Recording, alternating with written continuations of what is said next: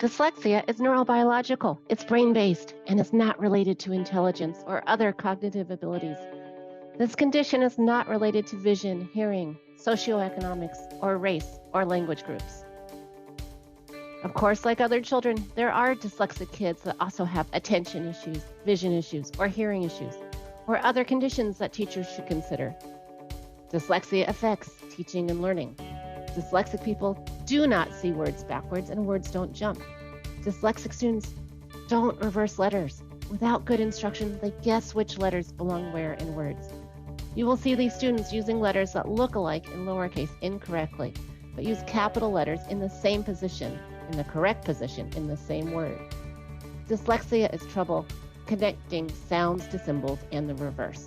The path in the brain where a symbol turns into a sound with meaning is long and arduous for a dyslexic student. And English has a lot of sounds and symbols, yet good instruction helps dyslexic people build shorter, more efficient pathways.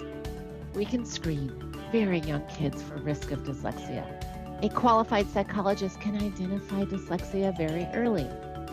Language overwhelm is worth pointing out. If you hear replacement words like thing or thingy, or workarounds like the other ocean over there by California, or simply a long silence in the middle of a sentence, that's a word retrieval issue.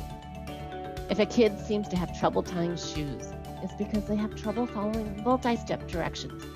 It may take what seems an inordinate amount of explicit instruction and practice to learn what seems so easy.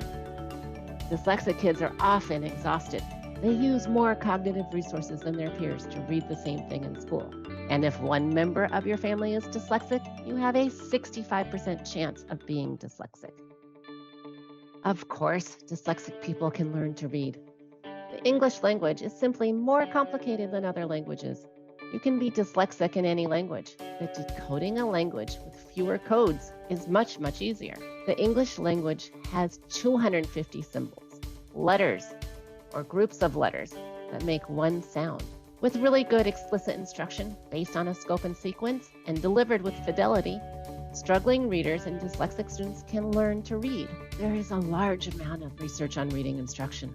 The evidence points to implementing a strong phonics curriculum along with building knowledge and fluency.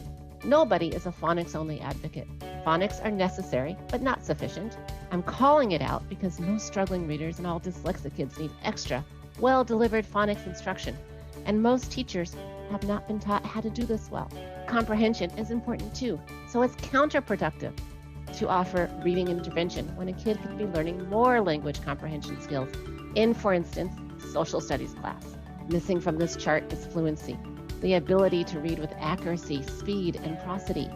If you had limited accuracy and intonation, you might not follow the simple grammar cues, and you might misunderstand a simple phrase.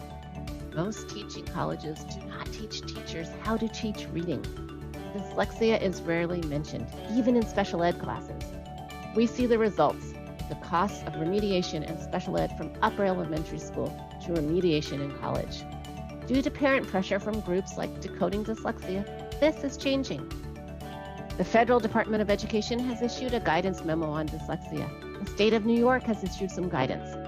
Both say dyslexia can be listed on an IEP, an individual education plan. New York State also says that some dyslexic students will benefit from a well-delivered academic intervention service that could mitigate the need for an IEP.